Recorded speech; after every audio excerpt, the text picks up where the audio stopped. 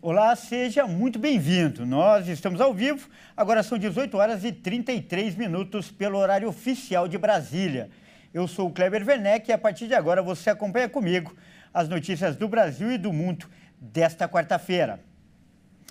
E olha só, a proposta para tornar crime o porte de drogas avançou hoje no Senado. O projeto foi aprovado pela Comissão de Constituição e Justiça e agora será analisado pelo plenário. A votação foi simbólica, ou seja, não houve registro dos votos do Senado que fazem parte da Comissão de Constituição e Justiça. Mas 4 parlamentares fizeram questão de registrar o voto contrário à medida. São eles Jacques Wagner, Humberto Costa, Fabiano Contarato e Marcelo Castro. A proposta de emenda constitucional criminaliza a posse e o porte de drogas de qualquer tipo e em qualquer quantidade, mas possibilita que o usuário seja punido com penas alternativas e encaminhado para tratamento. O relator da PEC, o deputado Efraim Filho, destacou a importância da medida. E o parecer reforça 2 posições para manter a posição contrária a essa descriminalização. Primeiro, o pilar da saúde pública, segundo, o pilar da segurança pública. Na saúde pública, para resumir, é inquestionável, até mesmo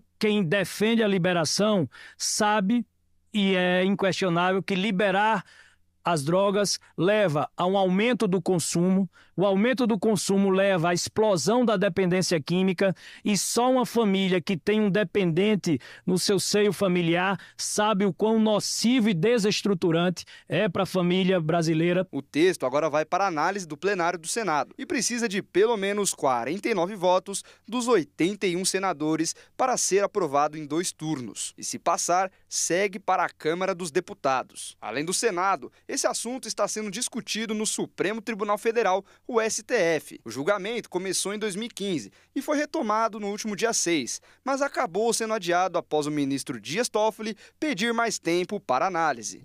A grande diferença entre as 2 discussões é que o STF quer descriminalizar o porte de pequenas quantidades, mas ainda não há maioria entre os ministros sobre o tema. Eles também precisaram definir quantos gramas seriam permitidos, mas parte dos senadores afirmaram que é o Senado que deve definir o assunto. Olha, e o nosso jornal, o Jornal das 18h30, é voltado principalmente para as famílias. E as drogas, com certeza, são uma preocupação de muitos pais e mães que nos assistem. E por isso, nós vamos falar, para tratar desse tema tão importante, nós vamos conversar hoje com 2 especialistas. O primeiro é o professor Frederico Afonso, que é especialista em direitos humanos. E além dele, nós também contamos hoje como convidado o psicólogo Jacob Pinheiro Goldberg. Boa noite, professor, e boa noite, doutor.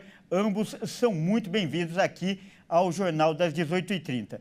E a primeira pergunta... Kleber. Boa noite, professor. Boa noite, Kleber. Boa noite, doutor Jacó. Satisfação aqui estar para a nossa audiência de uma informação tão importante, né?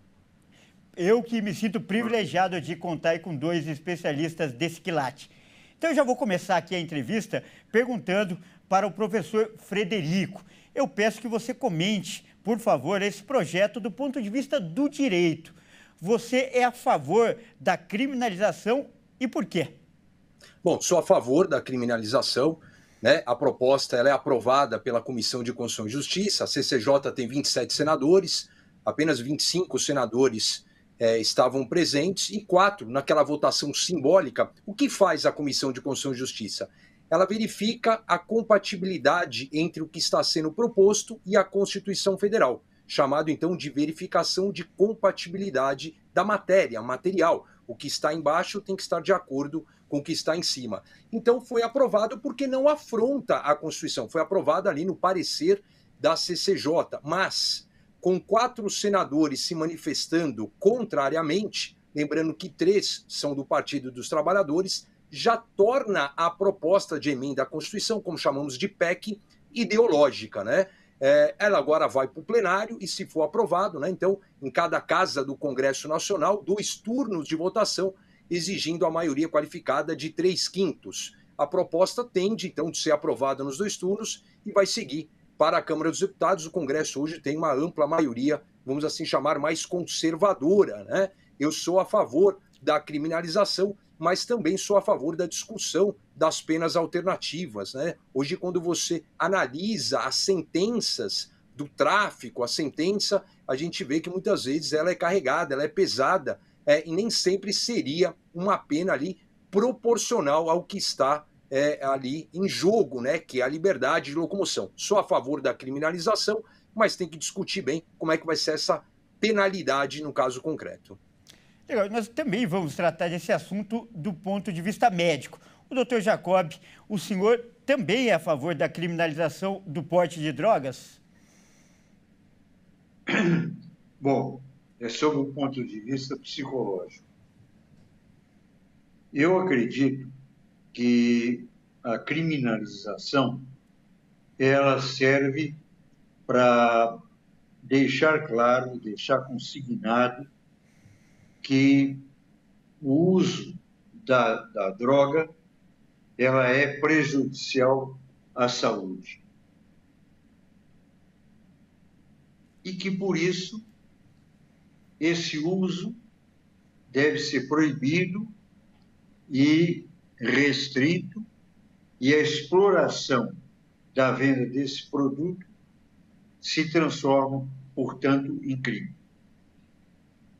Eu posso dizer para você que eu concordo no conteúdo e na forma com a colocação desse emérito jurista que é o professor Frederico. Ele foi muito feliz, como sempre, aliás, ele é, nos pareceres de natureza jurídico-sociais. Correto. E agora... Eu creio que é necessário criminalizar a droga, porque ela prejudica, sim, a saúde. Nós sabemos que existem aqueles que, inclusive, fazem até a apologia do uso da droga, o que é um absurdo. O testemunho que eu posso dar, enquanto psicólogo, é o prejuízo extraordinário que a droga causa para o usuário, para a família e para a sociedade. Para a sociedade, porque estimula os processos criminosos do tráfico. Isso significa uma delisão, um gasto daquilo que deve ser a civilidade nas relações humanas. E, doutor, agora... Quanto à questão, só para complementar. Claro, por favor, que eu acho que é o mais vontade. importante que eu posso dizer. Por favor.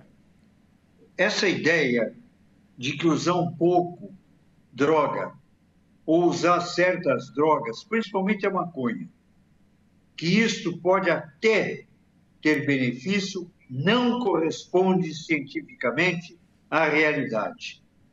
Eu trabalho há décadas com eventuais usuários de drogas, às vezes só para uso, digamos, em pequenas quantidades. Em qualquer quantidade, ela faz mal, como também o álcool. Eu acho que, inclusive, é oportuno que a gente converse e discuta em relação a esse outro tema que, para mim, é tabu. Tabu por quê? Porque a indústria do álcool é poderosíssima. Um quarto dos leitos hospitalares do Brasil, 25%, são usados por pessoas dependentes, direto ou indiretamente, de álcool. Esse número é muito pouco conhecido.